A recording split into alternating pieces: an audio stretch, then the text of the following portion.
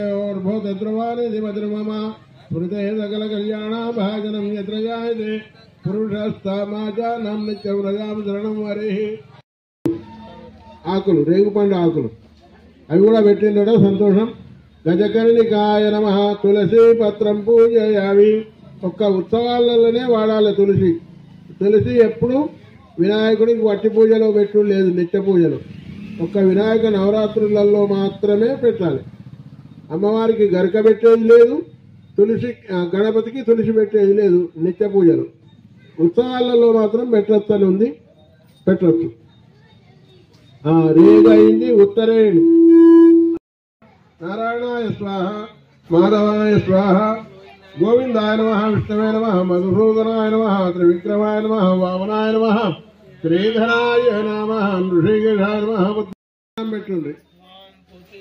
ఓం పృథివ్యాః marrow పృష్ఠనిధి గురుమో దేవతాం సుదలం యోగః. ఓం జనః ఓం తపః ఓం సత్యం ఓం తత్సవితుర్వరేణ్యం భర్గో దేవస్య ధీమహి ధియో నః ప్రచోదయాత్. చాలు, ఒక్క నిమిషం. ఓమా పూజ్యో ధీర సమృతం బ్రహ్మ భూర్భువస్వరం శుభాభ్యుదయార్థం చ శుభే శోభనే మంగళహేర్మూర్తే. అత్ర పృథివ్యాం జంబూద్వీపే భారతవర్షే భరతఖండే మేరోర్ దక్షిణ దిగ్భాగే శ్రీ మహాలక్ష్మీ నివాస గృహే సమస్త దేవత బ్రాహ్మణ హరిహర గురుచరణ సన్నిధౌ అస్మిన్ వర్తమాన వ్యవహారిక చాంద్రమానేన స్వస్తి శ్రీ. ఈ యొక్క కుంకుమార్చన కార్యక్రమాన్ని పెట్టుకున్నాం.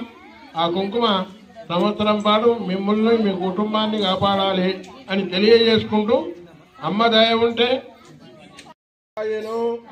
దేవి మహాశక్తి నమోస్తుతే.